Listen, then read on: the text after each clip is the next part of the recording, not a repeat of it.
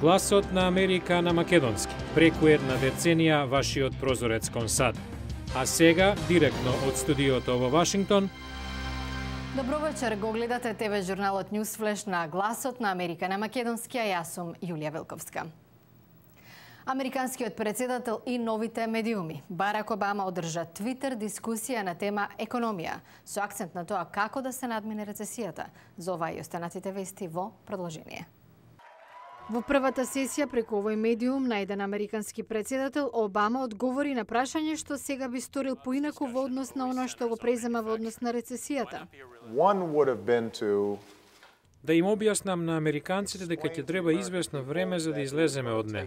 Ни јас не бев свесен колку долго ќе биде, затоа што ниту економистите до скоро не знаја колку време ќе биде потребно. Меѓу оние што поставија прашање преку Твитер беше и председателот на представничкиот дом Џон Бејнер, кој сакаше да знае каде се работните места што ги вети Обама. Председателот одговори дека економијата создава работни места, но во моментов не се доволно темпо. Иако стандардот на Твитер е комуникацијата да се одвива во не повеќе од 140 букви, Обама не беше ограничен со таквото правило во своите одговори, кој реши да не ги дава текстуално, туку вербално. И американскиот председател денес во Белата куќа ќе биде домаќин на преговорите меѓу конгресните демократи и републиканци за подигањето на крајната граница за владено позајмување и избегнувањето на криза поради евентуално неисплаќање на националниот долг. Средбата уследи еден ден откако републиканските законодавци навестија дека би направиле компромис за зголемување на даноците за богатите американци, клучното спорно прашање во преговорите. Терористите можеби планираат напади на авиони со експлозив всаден во телата на напаѓачите, предупредуваат американските власти.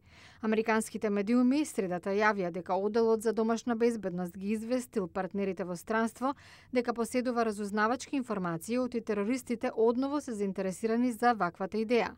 Портпаролот на Управата за безбедност во транспортот кажа дека патниците во воздушниот сообраќај би можеле да бидат предмет на дополнителни контролни мерки на аеродромите поради новата закана. Американскиот потпредседател Џо Бајден го поздрави минато неделниот договор за зголемување на соработката меѓу Србија и Косово. Во телефонскиот разговор со косовската председателка Атифете Јахјага, Бајден подвлекол дека САД продолжуваат со целосна поддршка за независноста, територијалниот интегритет и суверенитетот на Косово како мултиетничка демократија. Тој ги повикал и Косово и Србија да направат натамошен напредок во прашања што ќе донесат практично корист за граѓаните на обете земји. Метеоролошки феномен во Аризона, песочна бура висока 2, а долга 100 милји, вторникот го покри Феникс.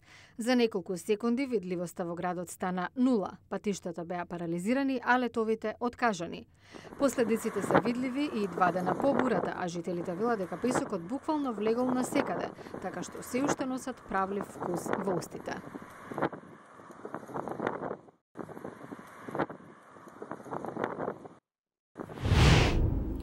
Крај на една ера, американската вселенска агенција НАСА ја пензионира Space Shuttle флотата и ќе се фокусира на летала што би можеле да патуваат подалеку од земјината орбита. Атлантис овој петок треба да замине на последната мисија во 30-годишната програма. Овие четворица астронаути ќе бидат дел од историското патување. Специјалистот Рекс Валхајм, командантот Крис Фергусон, пилотот Даг Харли и специјалистката Сандра Магнус го сочинуваат последниот екипаж на Space Shuttle програмата. Командантот Фергусон вели: Почестени сме. Многумина го заслужуваат това, така што се сметаме за привилегирани. Истовремено чувствуваме дополнителна обврска. Екипажот е подготвен. Астронаутите се подготвуваат во подводен симулатор за различни вонредни ситуации. Повторно Крис Фергусон: Сметам дека одлично ќе завршиме работата. Дури тогаш ќе увидиме величината на сева ова. Атлантис на меѓународната вселенска станица ќе донесе неопходни намирници за тамошниот екипаж. Без оглед на тоа што НАСА ја пензионира Space Shuttle флотата, САД ќе ги финансираат потребите на станицата до 2020 година. На неа континуирано има човечки екипаж веќе една деценија. Трошоците за пензиско осигурување и лекарска нега во САД растат. Додека владата и компаниите бараат начин да го запрат овој тренд, американците стравуваат дека ќе немаат доволно за комотен живот во подминатите години. Повеќето американци примаат пензија од социјалната безбедност, владиниот пензиски фонд за лица над 65 годишна возраст.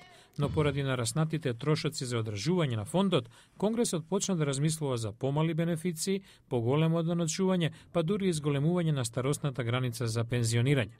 Проблемот се јави кога така наречената беби бум генерација, лицата родени во годините по Втората светска војна, ја достигна границата за пензионирање. Овој голем бран американци со години доволно плаќаше во даноци за да се издржуваат предходните бранови на пензионери, но последниве години има се помал број работоспособни американци кои треба да го сторат истото за беби бумерите. Подпредседателот на Американското сдружение на пензионери, Джин Седсвенд, коментира дека социјалната безбедност е важна за толку многу лица што треба внимателно да се пријде кон промените. Доколку владата не излезе во пресрет и го поддржи овој систем, само Господ знае што ќе се случи со пензионерите. За да биде ситуацијата уште потешка, само мал дел од работодавците плаќаат класични пензии на вработените. Наместо тоа нудат штеден фонд наречен 401K, во кој вложуваат заедно со вработените. За таквите средства да растат, вработените може да ги вложуваат во акции, но тоа носи ризик, особено поради фактот дека многумина не знаат доволно за инвестирањето. Згорана се, правилното управување со парите за пензија е поважно од кога и да е порано, бидејќи американците, барем гледано статистички, живеат се подолго. На темата здравје се фокусираме и во утрешната емисија. Мајчино млеко преку интернет, гледате утре во Ньюсфлеш. Доилките си помагаат со млеко. Властите велат дека има ризик, но трендот се посилен. За ова утре во Ньюсфлеш.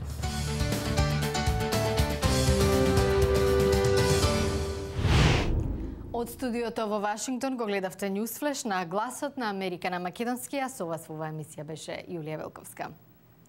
За најново од САД и светот продолжите да не следите на нашата веб страница, адресата е glasnaamerika.com.